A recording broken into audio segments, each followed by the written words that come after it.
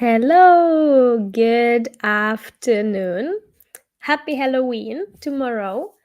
I am here today with a special topic for the live stream Tips for Confident Norwegian. I want to talk about the spooky stuff in learning the language. I'm sorry for my little delay. I wanted to find a witch hat so that I make it more spicy today. I couldn't find it, and when I found it, I discovered it was all covered in white makeup that my son uses for his vampire thing. So I dropped it. So anyway, I do have a witch earring though. I don't think you can see it, but I'm ready. And the topic is the thing that most of my students, when they come to me for lessons and or when they enter a course with me, what they fear or what they fear the most. And I would say that this is something that most people who are professionals, who are used to performing a lot at work, who are used mm, to other people depending on them for their expertise, things like that. That's my main student group, right? And what I observe with these people is that the vast majority of you is afraid or are afraid of the same thing. But afraid is maybe a strong word because it suggests that we know about it. And this is something, the thing I'm going to talk about today, that why I think it's scary as well is that it's not conscious in the vast majority of the cases. When it becomes conscious, then it tends to disappear after some time. It's a process, and maybe people need a little support in there, but it does disappear once you know it. But when it's there in the shadow, in its corner, it's influencing you and your actions. It's influencing how much success you're having with your Norwegian without you knowing about it, and therefore not being able to do anything about it. And what am I talking about then, right? So the thing I'm talking about, that is the fear of failure. And now before you switch me off, saying that you're not fearing failure at all, do listen for a bit more, because you might discover that things are not what they seem, right? I have a lot of students or a lot of people who I'm in contact with who ask me questions sometimes and who are considering starting lessons or who will be starting lessons. And sometimes they tell me things like, you know what, I have this reluctance in me around studying Norwegian. I'm not even sure if I want to study it, or if I want to learn it, but I have so much reluctance around the process. I even talked with a student of mine who's going to be starting later on with me. We were arranging the first lesson, and she was supposed to send me like a seat reservation deposit, and she kept forgetting about it. And she wrote me like, you see how reluctant I am to do this thing, you know? So this is the tricks that your subconscious will play on you, because you are sending clear signals that there is danger in here, you know, and that this is not real danger, right? But your subconscious doesn't really know the difference. It's going to play the tricks on you anyway. So, like I was writing in the description of this event, if you find yourself procrastinating a bit more than you think would be natural given the extent of the task or given the importance, if you have this diffuse feeling that like, oh, I don't want to do this, right?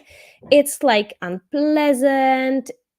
You don't know what it is. It's hard to put your finger on, but you know that is distinctly negative. The emotion is negative. Even though you have nothing against languages in general, right? So why should this be happening to you, right?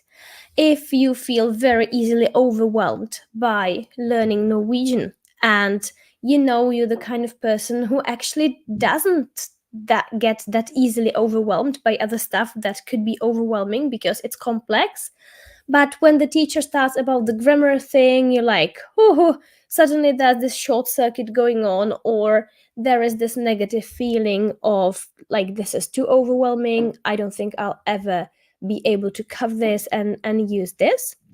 And all of these are signs that there is something under the surface going on that you have to pull out first and have a look at it and be like, what are you? What are you? Why is this happening to me? Because I'm a smart person. I can learn, I can study, I have study techniques in place. I am used to performing highly. Like, why should this be an issue? Right? So, if it's a little surprising that this should be an issue, then there is something underneath the surface. And this something, let me suggest, tends to be a kind of a fear of failure. And why I say this is spooky. I don't think the fear of failure in itself is spooky. I think I have this in many other areas of my life. And the fact that I don't have it with languages, it what makes me efficient and successful with them, right? If I had it, I wouldn't be that efficient because I would never think of applying the techniques that I'm applying because I wouldn't believe that I can work at that level or that I can achieve success there, right? But because I always believed it, I'm very efficient with languages. On the other hand, some other areas of my life where I have exactly this thing going on, right? The underlying fear of failure. Sometimes this shows as the feeling that this is not for me. I'm not the kind of person who could do this, right? And so if I have this, and I do have this with some areas of my life where I'm attempting something, I know how inefficient I suddenly am, how much negative effect this generates for me on a daily basis, how much I crash. So people sometimes ask me about, like, one thing is good days and bad days in Norwegian. And I'm going to talk about that sometime as well because it's interesting in itself. But another thing is like good periods and bad periods of time. And sometimes we have this crash and we can't really look at the Norwegian textbook. We can't really do it. We can't really learn efficiently. Yeah. And the reason for this is not that you have too much else to do. You always have too much else to do, right? This is not the reason in particular. It's not the true reason in any case. It's a factor, sure, but it's not the reason. Yeah. But suddenly it feels like, I just can't do this in this period. And the reason typically why you can't be studying efficiently in that period of time, whereas you could be in another, that's having an emotional crash, right? And this is based on the underlying fear that I was talking about. So this is very important to consider. Let me now have a look at what this might look like in a concrete situation. Yeah. When you want to, let's say, you want to learn to speak at your workplace. That's a goal that many of my students have. And suddenly, when you should devise the plan or take any concrete action steps towards achieving that goal, you have maybe this emotional crash. Or maybe what it looks like is that you can't really think clearly and plan out what to do, right?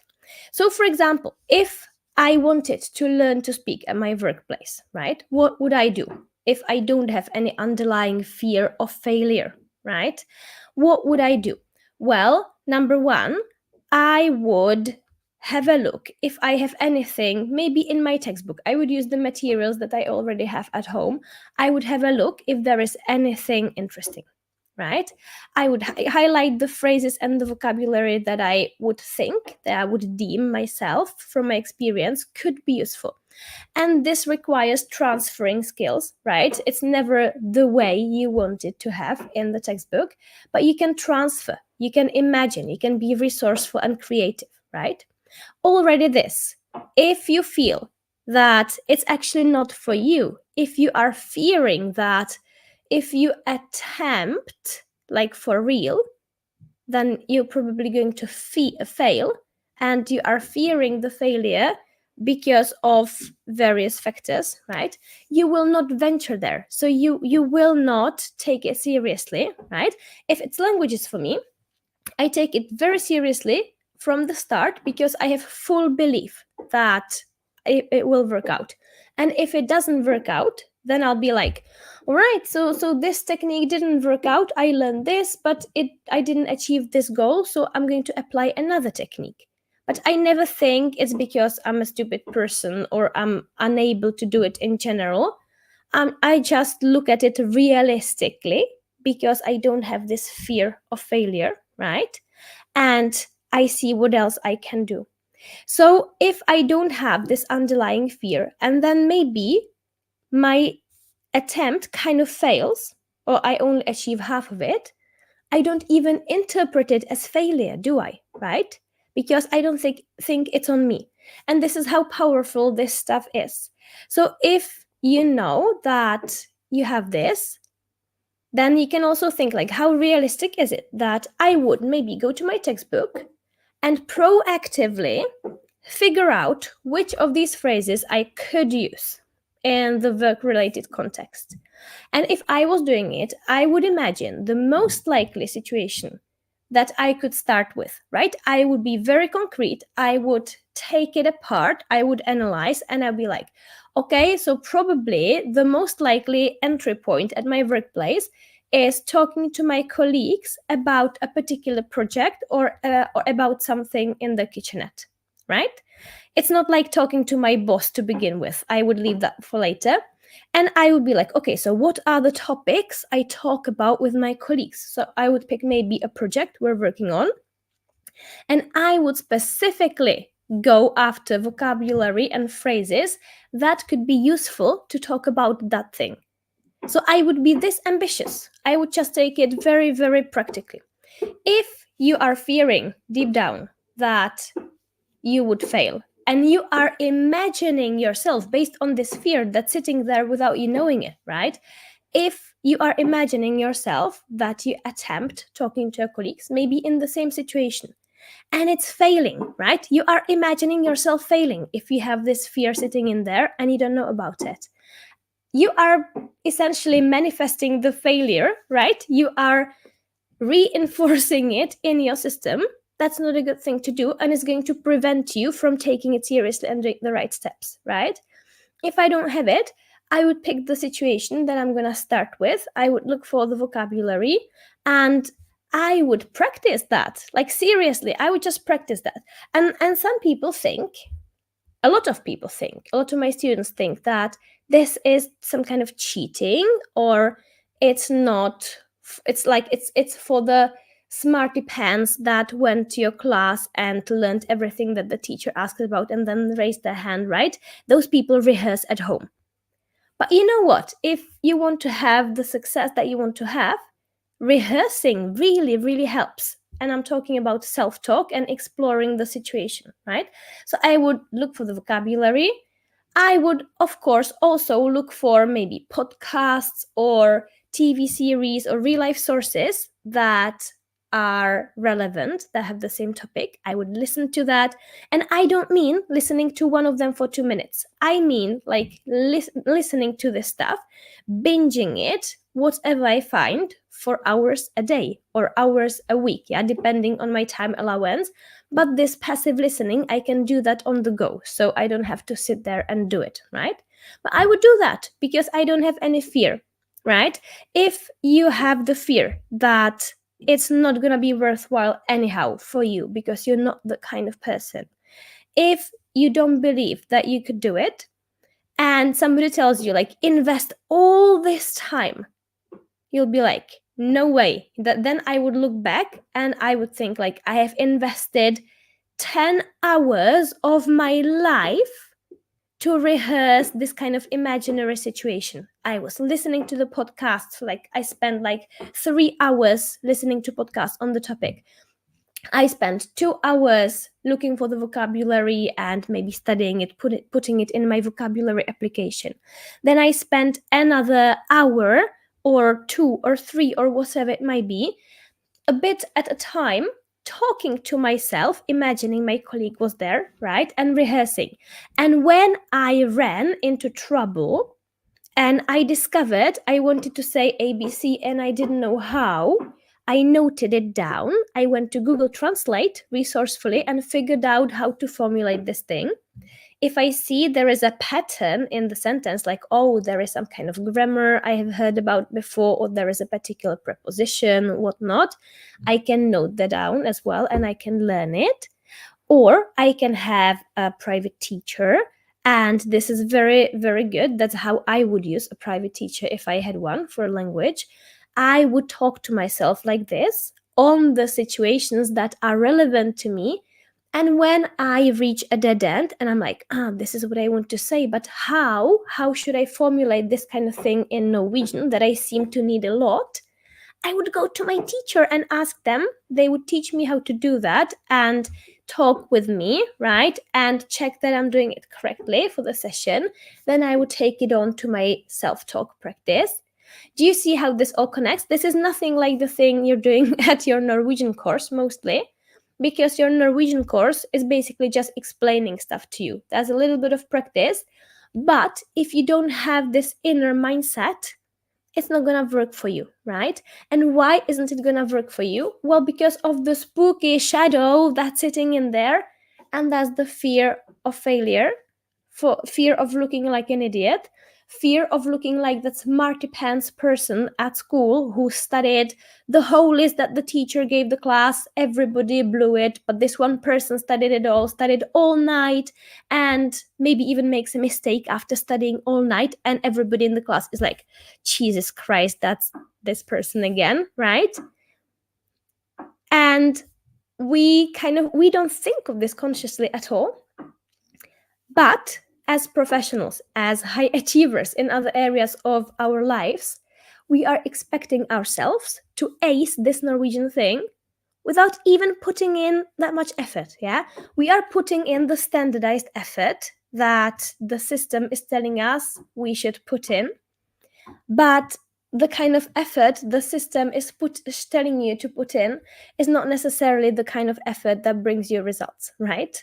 It never brings you results if you're working on a very general level, or if you're just doing the textbook without doing this inner proactive smarty pants work to make it transfer into your own situation, right?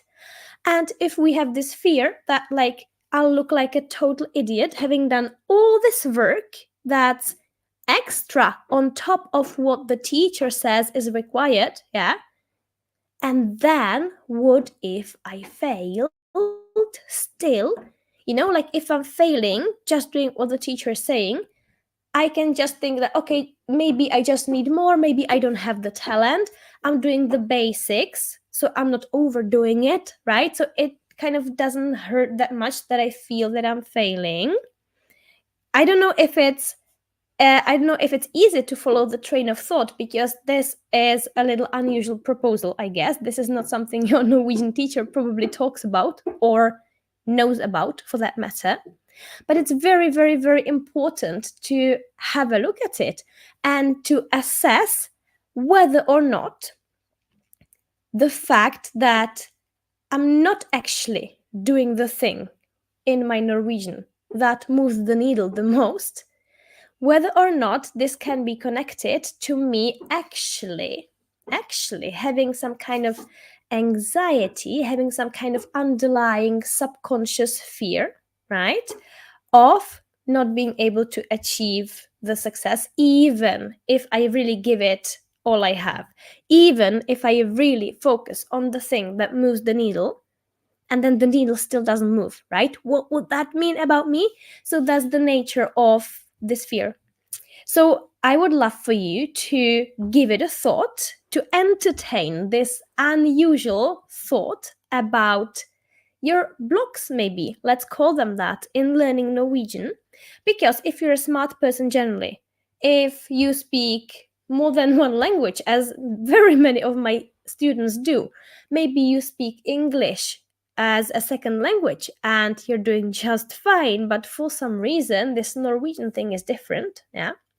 There is more spooky stuff around learning Norwegian in an adult age in this particular situation that many of you are in, as in moving to Norway as an expat, moving here for work, having a lot of responsibilities, having a hard time, busy time transferring from another country, maybe starting a business, transferring a business, establishing yourself, or establishing yourself in as an employee in Norwegian work system.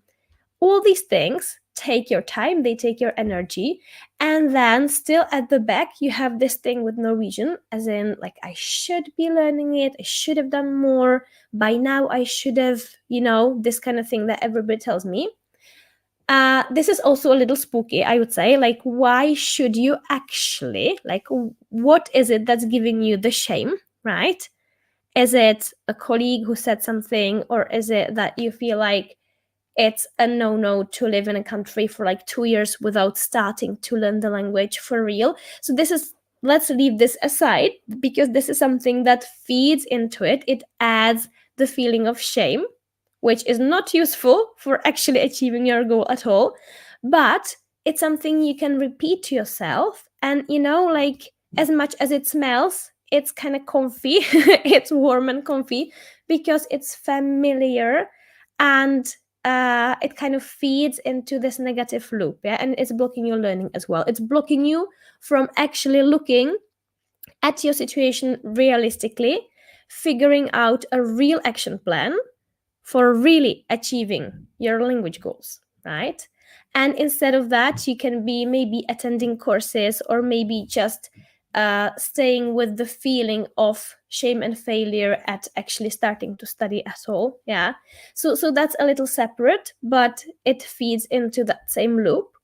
And then the spooky stuff we were discussing today, then, right, is that you don't do the thing that's necessary because there is so much underlying fear of the thing not working out.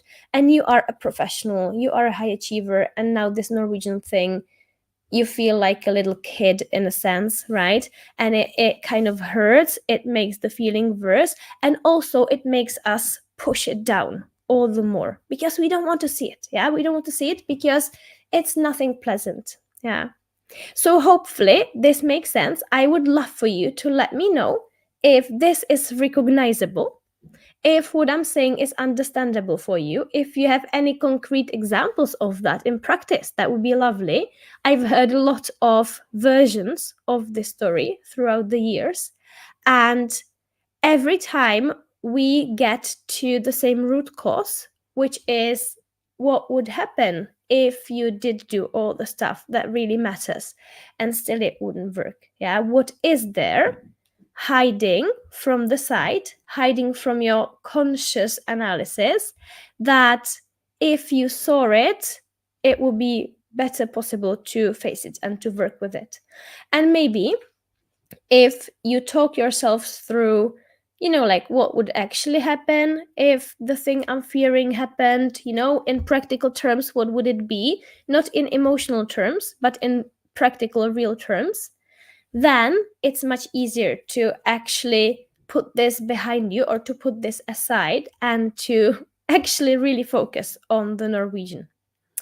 All right, so that was my Halloween philosophy about I would say, the spookiest aspect in learning Norwegian, because not knowing about this gives it so much power over your actual behavior, right? The way you feel around this makes you behave in certain ways, and these ways influence your results without you being able to, fiddle with it or stop it at the root.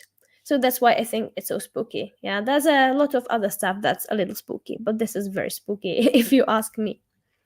All right, let me know how it's going for you, if you're recognizing anything, or if you have anything to add. I'll have a look at the comments after. I'll get back to you.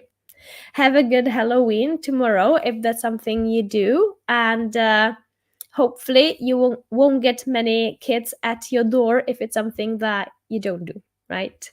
So see you next time. See you next Wednesday for another episode of Tips for Confident Norwegian. And next Wednesday, we'll be talking about motivation. A lot of my students, when they approach me, say they are lacking motivation to study Norwegian. And it feels like they are ashamed for not having this thing called motivation. So I want to talk about that as well, like how to get the motivation, what is it really, and if we need it, and so on. So welcome next week as well. Ha det bra. Vi ses da.